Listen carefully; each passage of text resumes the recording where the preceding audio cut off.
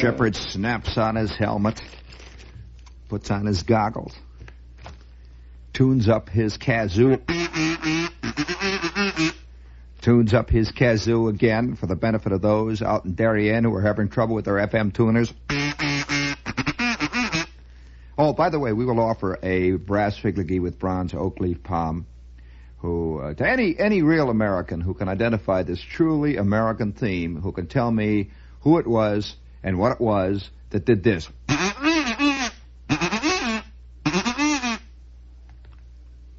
Come on. Oh, boy. We've got all kinds of little American symbols hanging around here tonight. Don't you remember that? It's awful. It's a terrible thing. Shepherd straps on his helmet, buttons down his goggles, pulls his silk scarf tighter around his neck, tugs at the collar of his sheepskin racing coat. All ready out there? I'm ready. It's Friday night.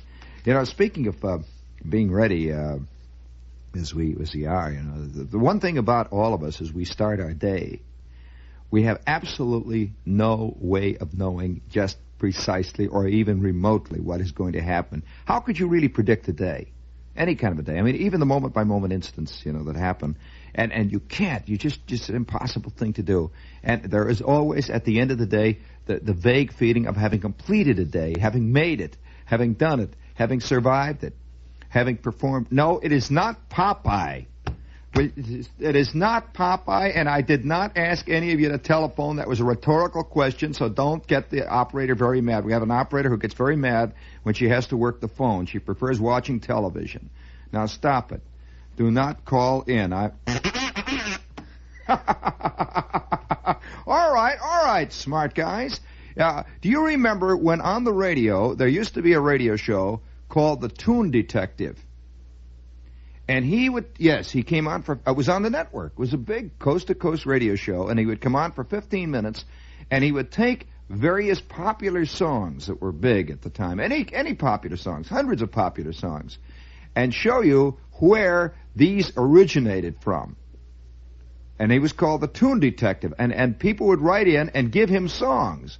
And he would, now his thesis, which was a very good one, his thesis was that popular music is composed of an amalgam, almost a fruitcake, almost a compost heap of great classical things. Now, he's not talking about people who just literally steal from Tchaikovsky, you know, or Rachmaninoff, anything like that. He says that all pop musical composers write out of they have no originality whatsoever. It's like a guy who sits down and writes a novel. He thinks he's writing a novel. Actually, he's writing a whole series of situations, attitudes, even phrases of books that he has read before. He thinks he's writing an original novel.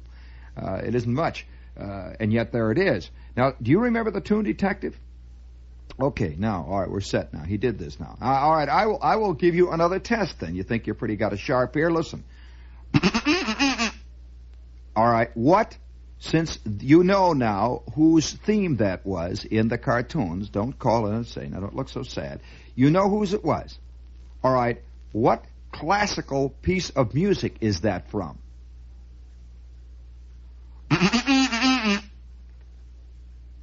Huh?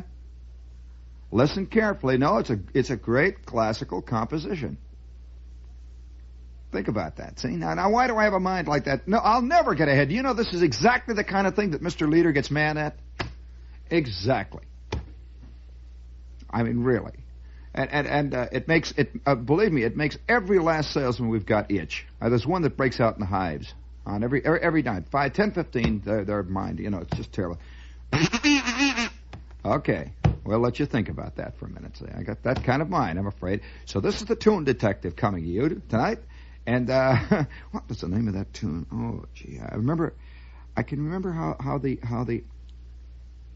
remember exactly how the phrasing went, and almost some of the words.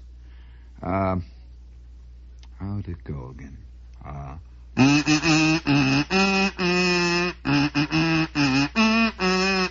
That thing has been bugging me for 2 weeks. I keep hearing that tune every time I get on the elevator. When Leader comes in wearing that giant diamond stick pin. And he was walking in there, and it was those gold teeth and that checkered vest. You know, the one with the elk's tooth that hangs down, Tony? You know, the one with the elk's tooth? And the gray spats? And every time he walks in, you know, I just, you know, I hear that tune.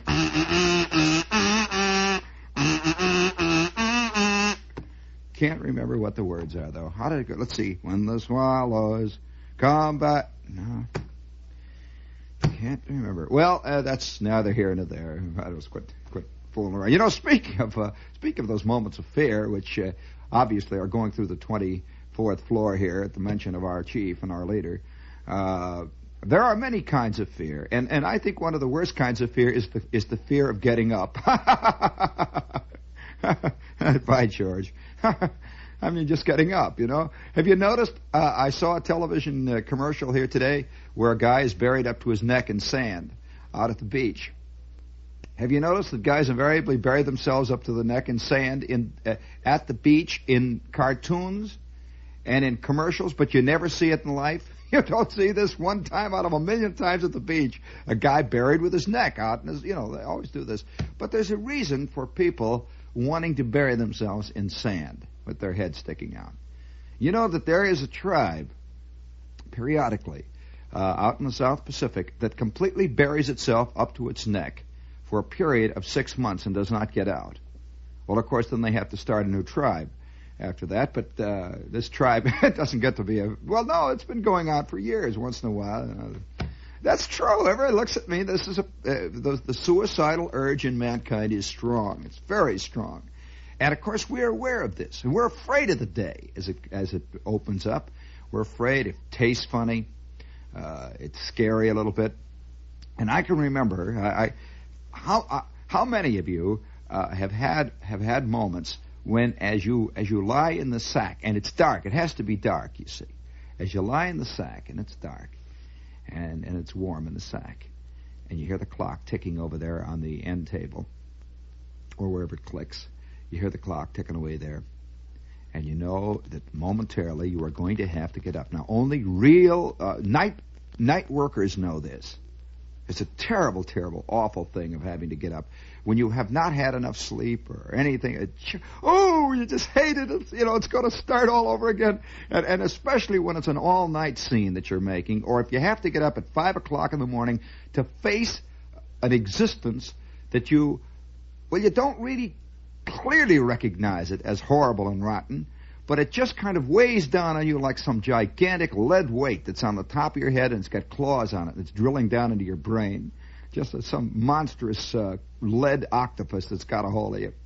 Well, I can remember as a kid, I got a job in the steel mill, see, And the job that I had was one of these jobs where you started at, well, actually, you'd start before dawn. You'd start running before dawn. It would be like 5 o'clock in the morning, bitter cold, and you would run until night. Absolute bitter, hard, rock-bound, smelly, blast furnace night. Well, kids going to school, this is a pleasant world, going to school. It really is. Kids don't know it until, it's a pleasant, carefree world. It really doesn't, there's not that grinding quality that the outside world often has. Now, I remember I'd lie in bed there in the sack as a kid. It's 4:15, and the clock is ticking. For some reason or other, the mind... Have you ever had that problem where your mind wakes you up all the time before you're supposed to get up? What is this sickness in our minds? Yeah, you just wake up, you wait there, and it's just psychologically timed like a dramatic stage pause so that you are aware that in 3.5 minutes... that rotten alarm is going to go,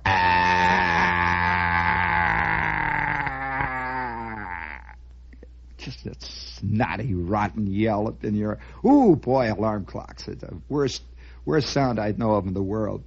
Well, I used to lie there, see, and I hated the idea of going to the mill. I didn't really know it, but I hated it. Just with every last fiber of my being, I hated it. And it's hot. Ooh, fantastically hot in the summertime. And you had to, of course, it was cold in the mill. It was also hot in the mill. It was everything in the mill. I would run in and out of places that were cold, in and out of places that were hot, dusty, stinky, rotten, noisy, crummy, fist fighting, the whole business. And I'm lying in the sack there, and I've got a quilt over me, and I'm just lying there. And I wake up, and I look over, and there are those great big hands on the clock, and the radium, that Big Ben clock that I got one time. Well, kids go through a period when they love to have a clock in their room. Then they go through a period where you'd like to throw all the clocks to the bottom of Lake Michigan. I'm lying there, see? You'd watch it go. That kind of an alarm going. Got about 3.5 minutes before the time to get up. Now, getting up was not just getting up.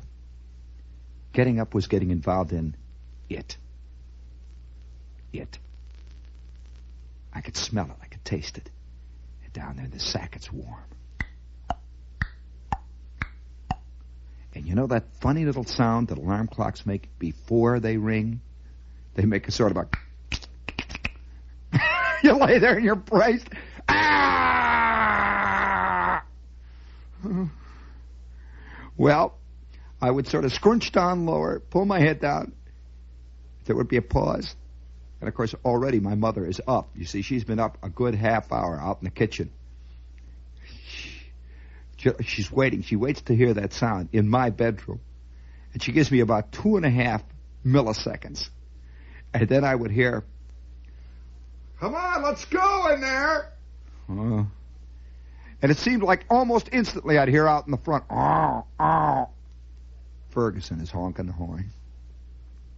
That terrible, deadly note. That I gotta go out there. I've gotta go out there. Oh, and then it would all start. Well, for a long time afterwards, I began to forget about this feeling. You go into other worlds and the sun shines, and yet you don't really totally forget about it. It's been about 6 or 7 months ago, I had a brief experience that reminded me of something which I will always remember. And speaking of the mill, this is WOR, Ham at FM, New York. It's funny, you smell the blast furnace dust, and it's right there. I can. This is something I must report that has never, to my knowledge, ever been recorded about the Army. Has anyone ever read to you or has ever written about, do you know of, the art of sleeping in the Army? Now, I'm not talking about being able to sleep anywhere, not that one. I'm talking about what sleep means in the Army. Well, sleep means in the Army just what it means in civilian life. Of course, in civilian life, in general, sleep means getting rest. Well, in the Army, sleep means getting out of it. When you're asleep, it is all blotted out. I mean, really blotted out. And a man, when he's asleep, or in his sack, when a man is asleep, he is truly his own man, period. There's nothing controls that world that he's in. It's his own world. Absolutely, completely. There is no one can impinge on it. And no matter how long you know a person, or stay with a person, or understand a person, they do not really enter your sleep. This is your world. This is when the basic pulsating human being is himself, completely removed from all other considerations, all other evils. And this is, of course, one of the reasons why the dreams are quite significant in a lot of ways. It's his own creation. And so I remember, I'm not in the Army about, at first, when you first go in the Army, you see, you're excited. You're so excited that you don't really have a chance to get into the routine or anything yet. You're excited. The clothing is strange. The food is strange. The barracks are strange. The running and the people, and there's a kind of excitement at first when you're in the service, taking boot or taking what they call basic training in the Army. It's all exciting, for about the first 8 or 9 weeks, and then it becomes slowly, gradually a routine, just like life itself does. Unfortunately, with so many people, life becomes a routine. The sun becomes a routine. Even the good things become a routine, to the point where most people don't recognize good, bad, evil, in between. They only know some very basic things like, I am cold, I am wet, or I am hot. But outside of that, I don't know how many people I've heard in the last year actually say, I am happy, or I am sad. I hear people say, I'm mad, occasionally. But that's not really a very basic thing, this being mad. That's like a little irritation. You poked a turtle a little bit there with a pin, and he knows that you're poking him. But to say, I am happy, I am sad, are two different statements that go much beyond, I'm mad, boy, am I bugged. Much, much beyond that. And so I'm beginning to slowly fit into this life, you see. And then they shipped me to this camp where they knew something about this business of getting guys up in the morning. And yanking them, that's one of the basic principles of getting guys, getting people, getting things to be involved in that which they are going to have to be involved in. Do not allow a gradual transition. In other words, the worst way to get in the ocean is to slowly wade out, inch by inch. You'll be cold for an hour, and you probably will wind up turning around when it gets up just above your ankle bone and go back to the place where they're selling the hot dogs. You've had it. That's it. Well, now, if you just go, boom, splash, there's a moment, and the next thing you know, you're swimming around, yelling and hollering and blowing water out of your ears and so on. You see, you're right in there. Well, this also holds in life. It really does. I wonder how many guys, Tony, I'm serious, how many guys right now, listening to the show, along, who knows how long ago, but along about some very crucial period in their life, gave up and decided not to get up, and are now in a form of hibernation. Do you know that hibernation is a big problem in the modern world? They don't know how many people are hibernating. By hibernating, I mean people who've given up. They hide in the house. And with the shades pulled down, and once in a while they peek out a little bit. Ooh, it's light out again. Ugh, wow. They pull the shade down further. They're scared of the light. Somehow that light means the world out there. And they get mad at noises because that means there's a world out there. And they're literally hibernating. I wonder how many people are listening tonight with the radio, the hibernators.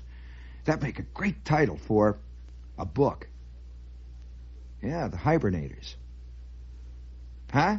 There goes another text given away. There'll be 5 guys writing on it now, so forget it. Okay, fellas, good luck. Good luck.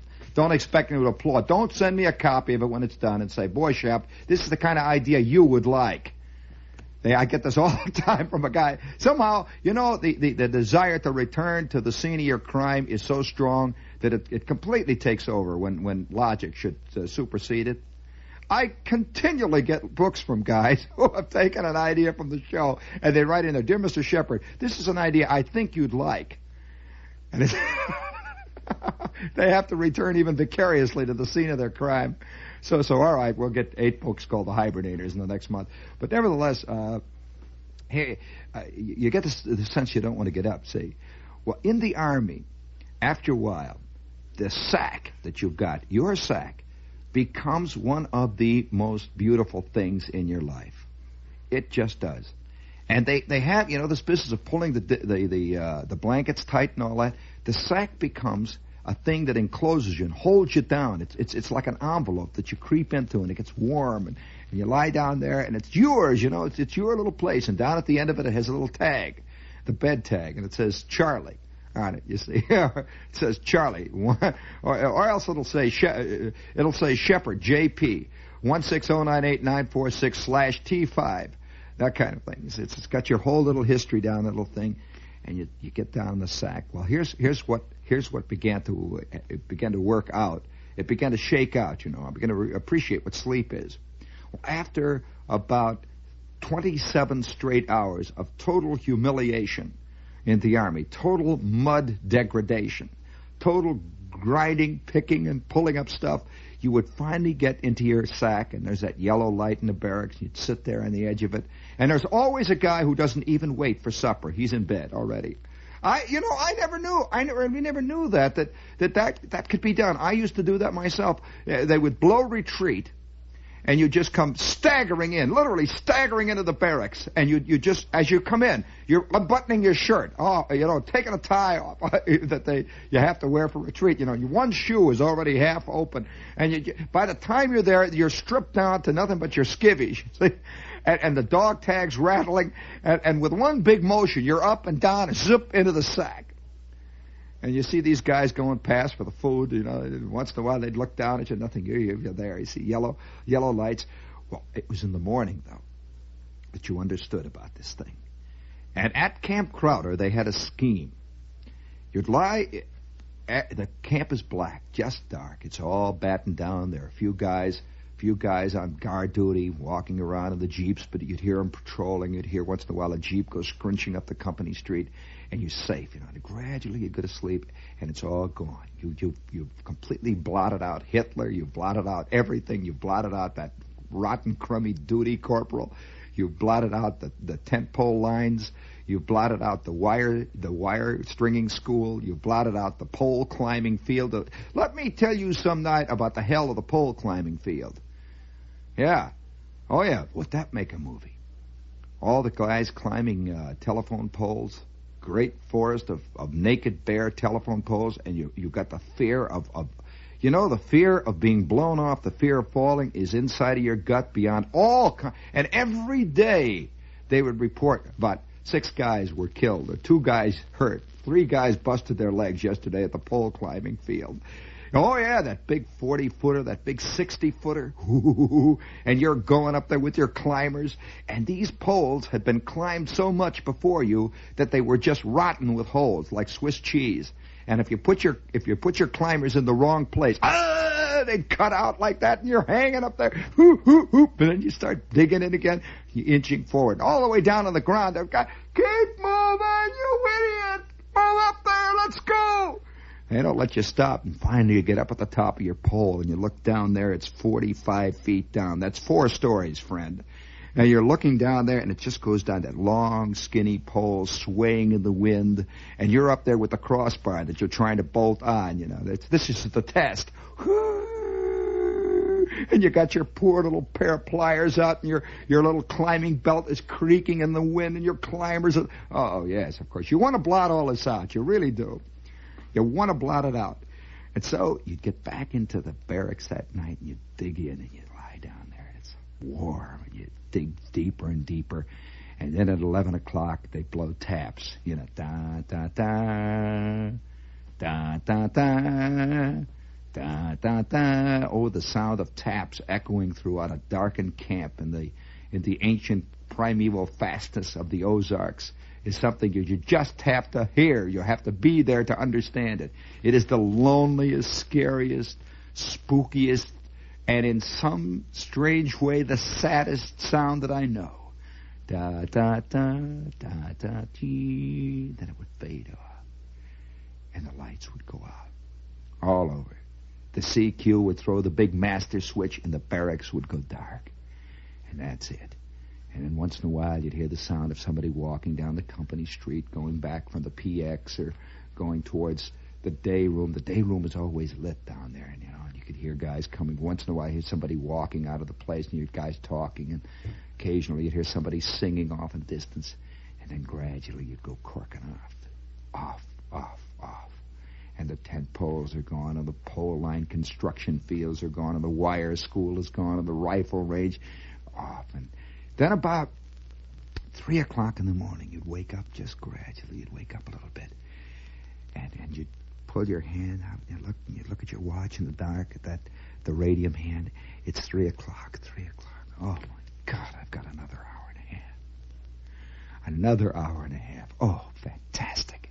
Oh, boy, and then you lie there, and there's a slight rain coming down, one of those hard, slight in the barracks, and you sort of drift off again, down, you're drifting off. And then suddenly, without no real warning, you're awake. You look at your watch. You're awake. You look at your watch. It's 4:28. 4:28. A minute and a half, maybe. You lie there. It's a pregnant stage pause. In the darkness. The rain has petered out. The voices are stilled at 4:30 in the morning. And way off somewhere you hear a pan banging. In the mess hall. A muffled curse and the slam of a door. Just lie there. You look around a little bit. You see nothing but those long rows of barracks pads in the darkness. You smell the smell of the barracks bags and that waterproofing on all the raincoats. That sort of that smell of old butt cans that have been cleaned, and the smell of the calcimine and all that stuff that they've washed the floors with. It's the barracks smell. You lie there. Another minute or so ticks by. And you just say, oh, boy. Then you get that panicky feeling any minute now. Back into it. And you get deeper and deeper into the sack. Any minute now. And then suddenly, it happens. It hits. All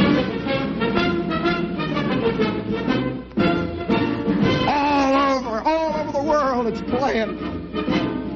The lights go on. Yellow, right over your head. All right, you guys!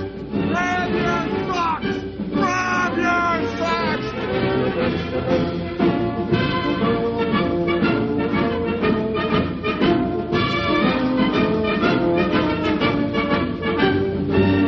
And you stagger up, you sort of reel around. The music is all around you. It's shaking the windows, the rafters. Guys are running. 5,000 beavers are already on their way to the latrine to get the hot water. There's only 4 pints of hot water and 8,000 guys that got a shave. They're running. Guys are going past you. Your mind is reaching for it. Screen doors are banging. All right, you guys, drop your socks and go. Grab your socks and go. Oh! What? This is what they played every morning for over 6,000 years at Camp Crowder. This piece of music. How many of you remember it at 4:30 a.m.? And you're in the john now, the latrine. You're trying to shave. You're cutting yourself. And guys are like, hey, who's going to be shaving for me? Hey, for crying out loud.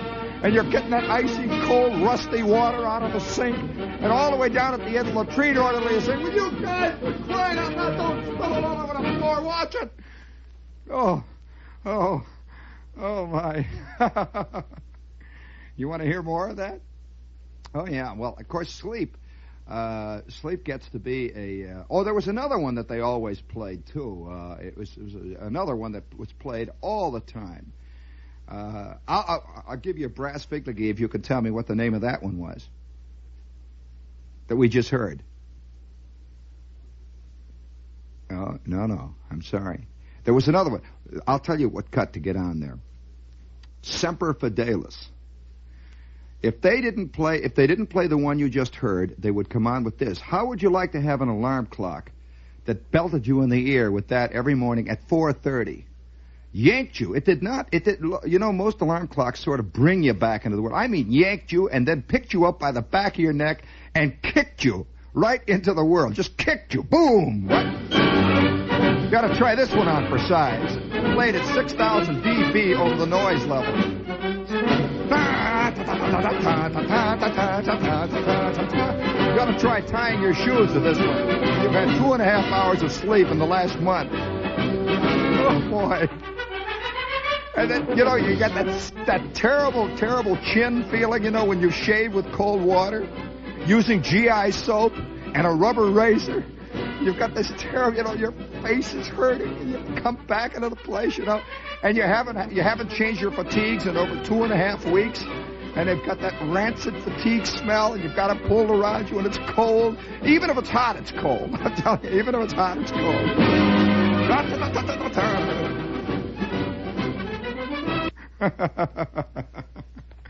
Oh, boy. I don't know why I did that. I don't know why. That was a terrible thing to do. To everybody, every ex, you know what out there is sweating already. Speaking of sweating, tomorrow night, you're going to be with us, aren't you, Tony? Tomorrow night we'll be at the Limelight. You know, people keep calling up and asking if we're, you know, going to be... They seem to think it's on a week-to-week basis. Well, I guess it is. Life is, friend. We're all on a week... Let's say we're on a minute-to-minute basis out there, friend. But we are going to be at the Limelight. I use the editorial we, of course, that encompasses all angles of my psyche. We will be at the Limelight tomorrow night from 10 until midnight. Now, the Limelight is down on Sheridan Square. I don't know why people keep calling it the Lamplighter. I don't know. What is it, the Limelight? Why do they do that? I get about 500 letters a week that say, gee, your show is great down at the Lamplighter. Is there a place called that? What is it? This is called the Limelight. You know, showbiz in the limelight. You know, you follow there? It's the Limelight, and it's down on Sheridan Square, and it's hard to describe what it is. I keep getting letters from people asking me to describe it. It is very difficult to describe this because it is not exactly a restaurant. It's not exactly a bar. It's not exactly a coffee shop, a coffee house. What would you call it, Tony? It's the Limelight. It's very hard to describe it. It's all those things, and yet it isn't completely any of those things. And for that reason, it's an extremely, I think, pleasing place. There's a great atmosphere down there, and it's a nice place just to be, you know. And it is the Limelight down on Sheridan Square, right down 7th Avenue South. And we'll be there from 10 o'clock until midnight tomorrow night. And, of course, the show that we do, which is an on-stage show. It is not a show that is done sitting at a table or any of this stuff. It's an on-stage show. Goes on at 10. Now, if you want to come down, it's very. In fact, last week, it's hard to say whether you'll get in or not. I can't say it. Some weeks, yes. Some weeks, no. But I would suggest that if you're looking around, come on down. You know, the chances are good that you'll get a seat, a place to sit in the Limelight. Now, we're broadcasting at 2, of course, and it goes on from 10 until midnight, and it is heard every Saturday night. You know, hearing this thing, I don't know how it's what the feeling is of people who have never been in anything like that, where you're totally without any will of your own. You know, this is an interesting experience. I think that's something that most people secretly want and secretly fear, is to be placed in such a bind that they have no control over their destiny. People secretly like that, you know. Because, after all, if you have control over your destiny, you always feel like you don't know how to control it. And you always feel that you have loused it up. And you always feel that, you know, one of the good things about being a PFC in the Army is you always blame the Army for the fact that you're a knothead. You blame the Army because they don't, you know, you can be a PFC for 17 years in the Army, and you feel great about it because you keep saying, you know, well, you know, the Army boy. You can always blame the Army because of your one stripe. In civilian life, it's pretty hard to blame the Army for your one stripe for all the years with that poor little stripe on your shirt. But you know, speaking of placing the blame, I remember one time we were in a position where we were put next to a group of foreign troops. who were in kind of in tandem with us, a bunch of soldiers that were being trained in an area where I was being trained, and they were Australians, and next to them was a group of British soldiers. Well, I suppose you're aware that the Britishers, in general, consider the Australians very, very inferior to them, almost the way the average city guy, now not inferior, they look upon them as outback bumpkins, I guess would be the word.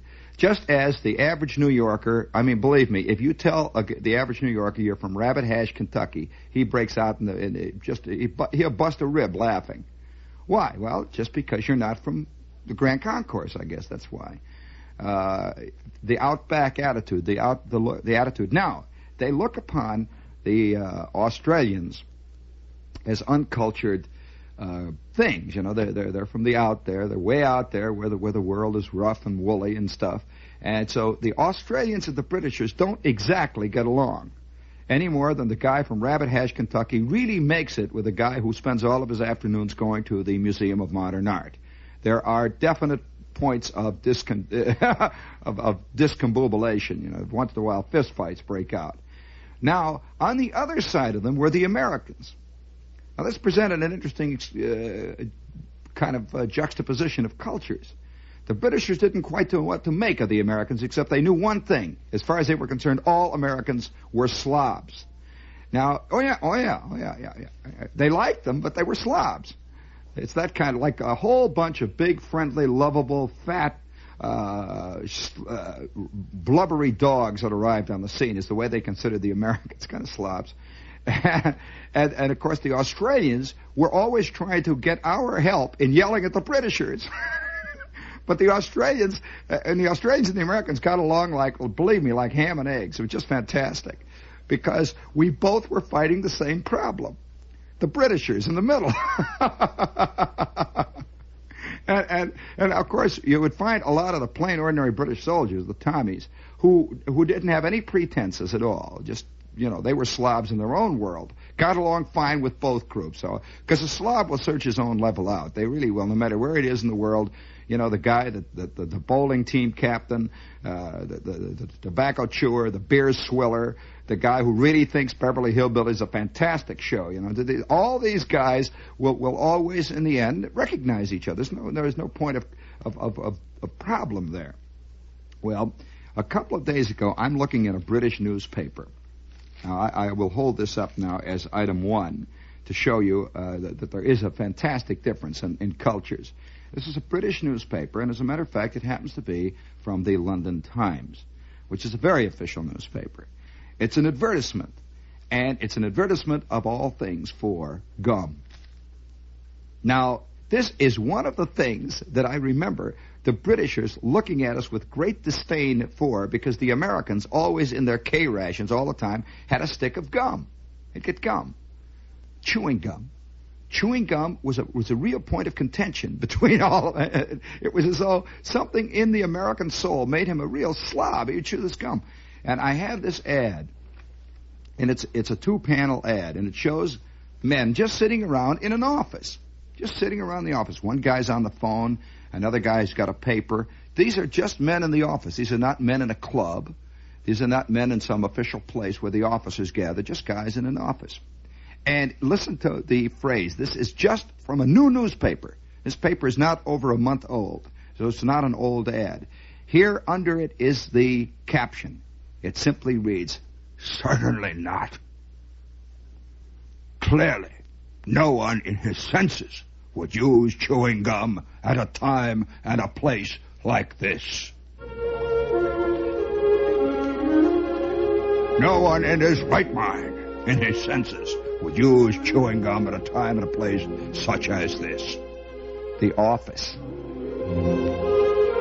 On quiet Tuesday nights here at WOR, the sound of gum being chewed can be heard all the way down on the ground floor.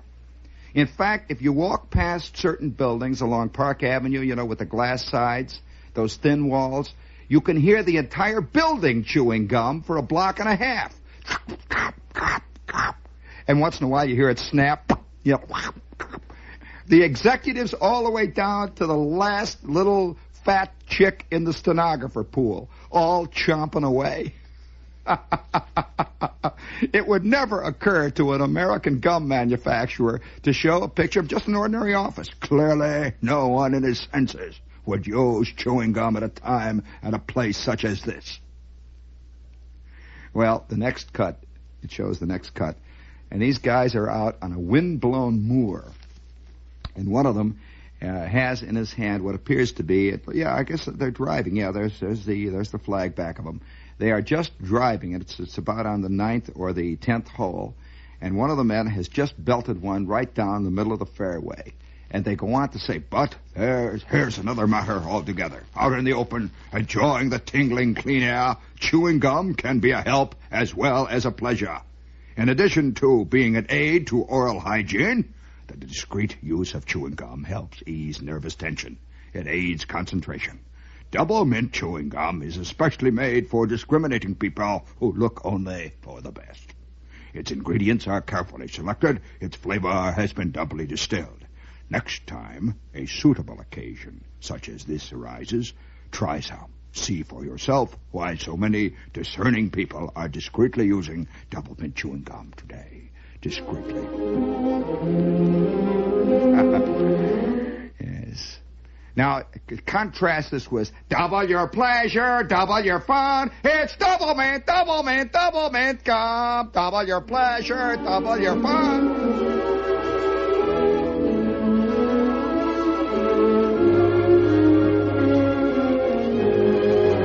Oh, mankind. Oh, Homo sapiens. Oh, swinging from branch to branch of the eternal primeval jungle of life, we salute thee.